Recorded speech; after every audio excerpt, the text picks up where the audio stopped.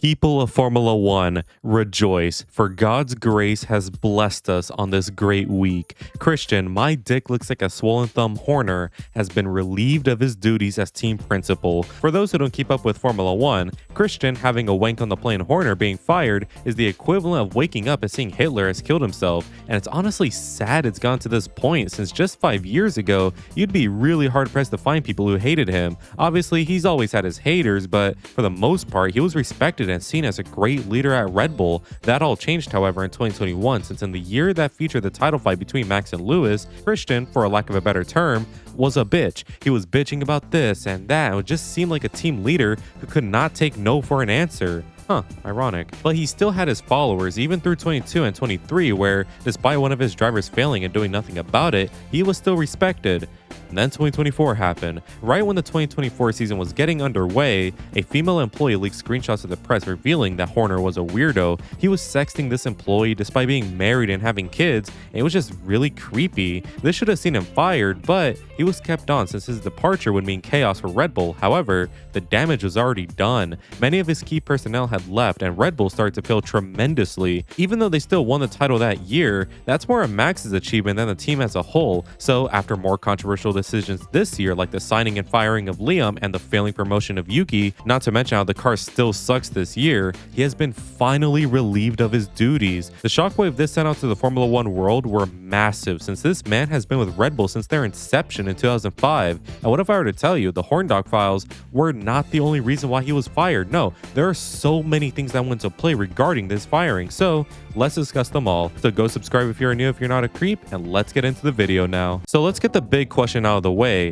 Why was Christian, I married a Spice Girl and had kids with her only to be an asshole and cheat Horner, fired? Now on the surface, it may seem that it's because of the controversy around him with the Horn Dog files and how Red Bull this year are not declining, but rather tumbling. And yeah, they are true, but there are way more factors in play. For example, with people like Newey, Wheatley, and Marshall and many more leaving, Horner took it upon himself to somewhat manage these departments that they once were a part of, and yeah, it sounds way worse than what you're thinking. He did this in an effort to take ownership or majority ownership of the racing organization as a whole, similar to how his situationship Toto Wolff does with Mercedes, and this angered the Red Bull company. However, Horner was protected by the shareholders in Thailand. That protection, though, obviously seems to have been lifted now, and any prior power struggle at the team seems to have gone with him, or we can at least hope for. Though I doubt. By the way, in case you don't know the lore, the former Red Bull CEO, who I unfortunately cannot pronounce his name, loved the Red Bull team and kept the balance of power. However, like all medieval empires, once he passed away in 2022,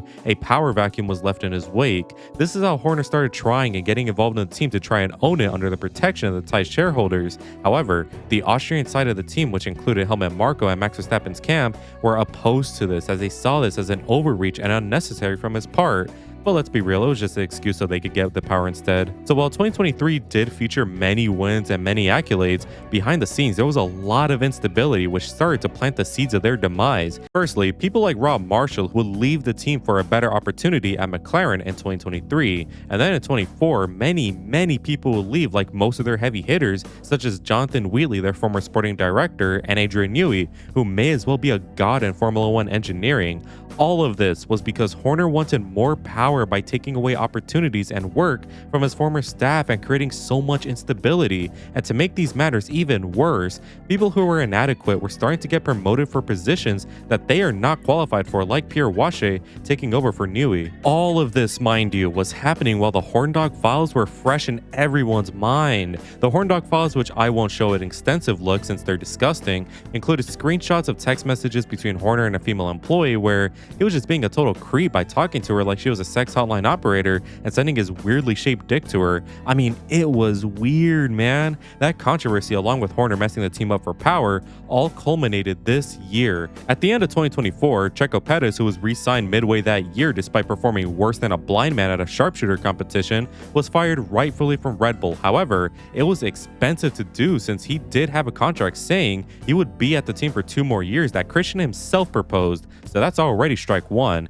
He then hired Liam Lawson and had a whopping total of just 11 races under his belt to replace Checo at a top team, but To be fair, he did show good promise as a junior. However, to literally no one's surprise, Liam performed bad. Like, so bad you think Christian was purposely embarrassing him, which maybe he was, since after just 2 races at the team, Liam was fired for Yuki Tsunoda, who they should have went with in the first place. The problem, however, is that Yuki is not performing well either. For sure, he's better than Liam, but not good either way, which is severely costing Red Bull. So that's strike 2, and then strike 3 would come in the form of the RB21's car performance.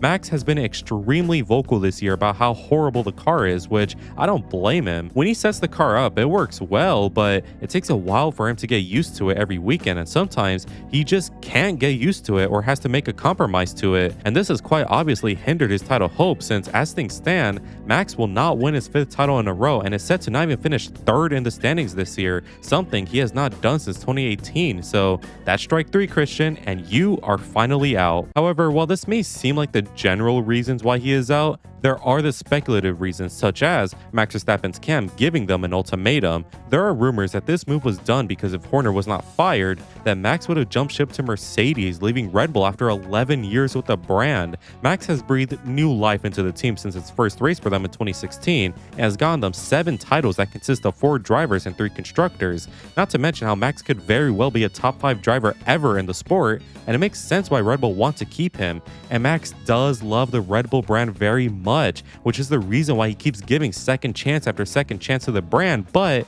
it reaches Hawk to a point. Horner was undeniably killing the team from the inside out, and it was starting to really affect Max. So some speculate that Max's camp, specifically his manager or Yas, told the team execs that if Horner is to stay for 2026 and beyond, Max will go to Mercedes, which of course led to the decision we know this week.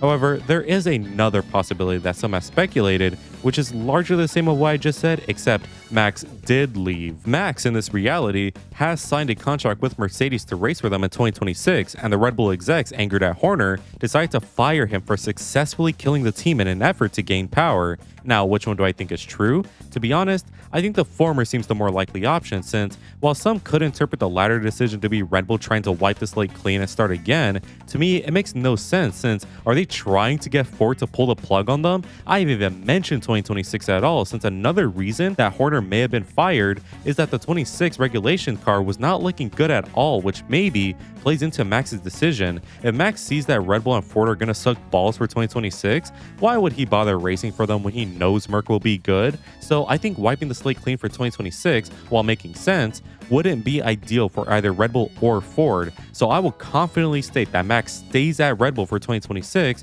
thanks to Horner being finally forced out of the team. Of course, with Horner's departure, who is going to replace him at the team? Well, the execs have decided that Laura Mekies, former Ferrari technical director, yes, I will still find a way to mention Ferrari in every video, and current, or I guess former team principal at Racing Bulls, will replace Horner as not only the team principal at Red Bull, but also as the CEO of the Red Bull F1 operation. With this being such a major change to Red Bull, how on earth will Mekies do? Well, to understand that, let us see how he's done at Racing Bull, since it's practically going to be the same position he's working. Laura Mekies was signed on as the Racing Bulls team principal after longtime leader Franz Tost announced his retirement. Mekies at this position was actually pretty good, considering Racing Bulls is a junior team and by default cannot be that competitive, but competitive they were.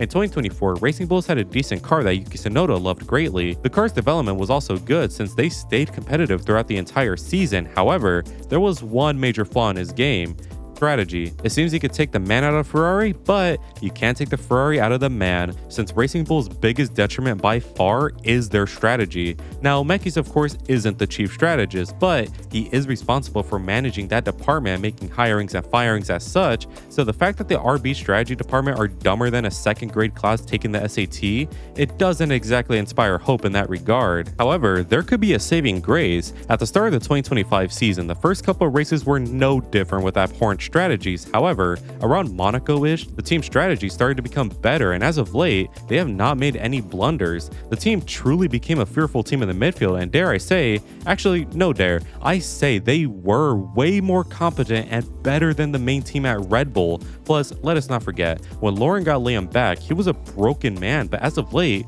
Liam has found confidence again at the team thanks to how Mekies ran it and how they trusted Liam to get better. So these factors, along with Mekies' many prior experiences at other teams, has led Red Bull to promoting him to team principal and CEO. Hope he doesn't turn out like the other Racing Bulls promotions, which I don't think so, by the way, since he is not a driver and has clearly shown to be a good leader at many teams, which is why I think he will do good at Red Bull. But let's not pretend it's an easy job for him, because he could very easily fail at his job. He has a massive uphill battle right now at the team, like the many staff members that are currently failing. Pierre Wache has failed spectacularly at his job of managing the development of the Red Bull car, and even people like Hannah Schmitz have been making piss poor strategies as of late, and at best, just doing what everyone else is doing, a far cry from the clever and successful strategies from before. I think these next months will be critical in finding out if these guys have outlived their usefulness or if they can get back to being good staff members again. Ultimately, the fate of the team now rests in Mekies' hand, and only time will tell if things will continue to be bad or if things will get better. But like I said before, judging how Racing Bulls got good strategies again and how he could redevelop confidence in the team, I do think everything will be just fine. However, despite me saying that, is it over for Red Bull either way? Like, even if Mekies can't get the team back to a good point, what if it's just not enough? What if Max did leave? What if the RB22 is a sucky car, the forward engine is slow? There are simply way too many bad realities compared to the good ones.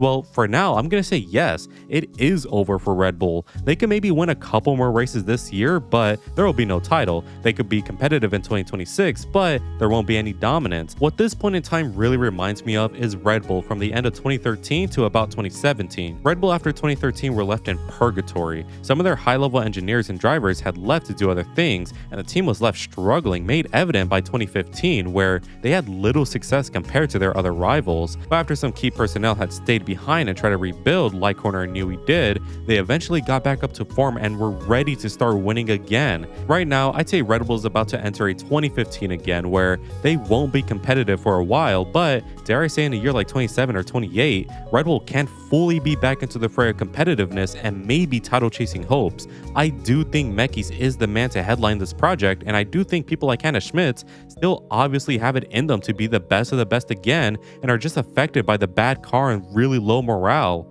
Pierre Wache, however, he's a different discussion. He needs to leave, which seems to be backed up, but they still have other great staff at the team like GP, which tells me that Red Bull's story is not over just yet. Of course, remember, this is just my speculation, and I do not know a thing more than you, so for all we know, Red Bull can very well be ultra competitive for the rest of 25 and be super good as well for 26 and beyond. Like everything Formula 1? Time will only tell. Anyways, those were my thoughts on the Red Bull situation. Like the French Revolution taught us, if you keep sending your people to the guillotine, you'll eventually end up on it yourself. I gotta say, it's gonna suck not ripping on a creep in all my videos now, but if I ever mention Horner again, you best expect me to keep ripping on him like he was still here. This picture will forever be immortalized in Formula Duck lore. Never forget. Actually, maybe we don't have to, since new reports are coming out that Horner may buy Alpine from Renault and achieve his dream all along of owning a racing team. And if this does happen, then that of course means that Horner will return to the grid, this time working alongside Flavio Briatore. If you're a woman in the Formula 1 field, please stay armed when around those two pests. Anyways, I want to give a quick shout out to all members of the flock for their continued support, and make sure to join if you want cool benefits as well as just helping me out. Anyways, if you enjoyed today's video, make sure you leave a like and subscribe since it really helps me out. Make sure to let me know in the comments what you think of this, and as always, have an amazing day. Good weather for the duck.